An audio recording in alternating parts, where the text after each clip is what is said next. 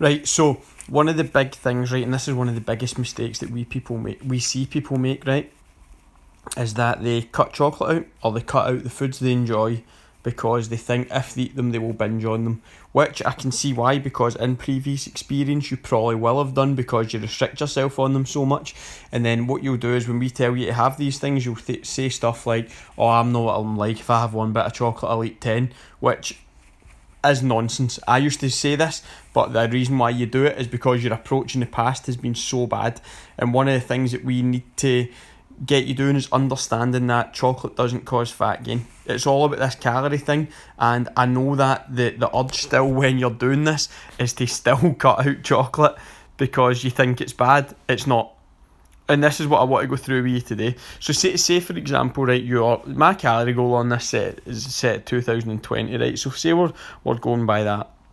And I've had breakfast, good lunch, as you'll see, chicken, sprouts and rice. And then I've had the fillet steak, new potatoes and broccoli for dinner. So everything's been brilliant, right? And I'm thinking, oh God, I could go a wee bit of chocolate. So what people would normally do is force themselves not to eat it and just stay in a massive deficit, right? Because they think it's bad. It isn't. What I would do, and this is why I've found that I don't struggle to manage my weight now, because I'm not scared to have these things. So say we are wanting a Mars bar. There you go, 260 calories and one Mars bar. I'm still under my calories. This will not in any way impact the amount of fat you lose at all. If we go into nutrition, you'll see that I've hit 160 grams of protein, which is my goal for the day. I've hit 30 grams of fibre, which means that I'm good to go. I can have things that I enjoy. And honestly, I will say that the people who continue to cut out chocolate long term, you will just continue binging. You'll continue going through this cycle that you always go through of no willpower, all this stuff, because you try and force yourself not to have it. This is just what happens, and it will keep happening. Learn to add these things that you enjoy, and see if, for example, right, one day you wanted to have, so say we take the Mars bar out, and what I'm going to do is I'm going to go up to, say you wanted to have like a slice of cheesecake, for example, which is generally high on calories. So we could go up to the rice and we could think, do you know what, do I need the 200 grams or the 250 grams? I'm only going to have half a pack of rice today.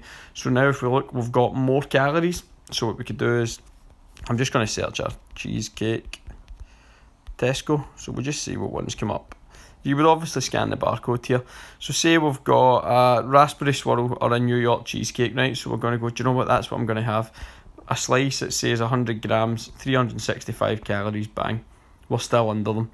So this is where we can just dot about, like if you maybe want to have something, you could reduce your carb portion somewhere else, which could be the rice, stuff like that, or it could be like you go in and you take it off the porridge, so you think I'm going to have my serving of porridge today. The thing to always be aware of is if we swap out like the kind of better quality carbs for sugar and stuff, there's not as much nutritional value to them, so energy and stuff might not be as good.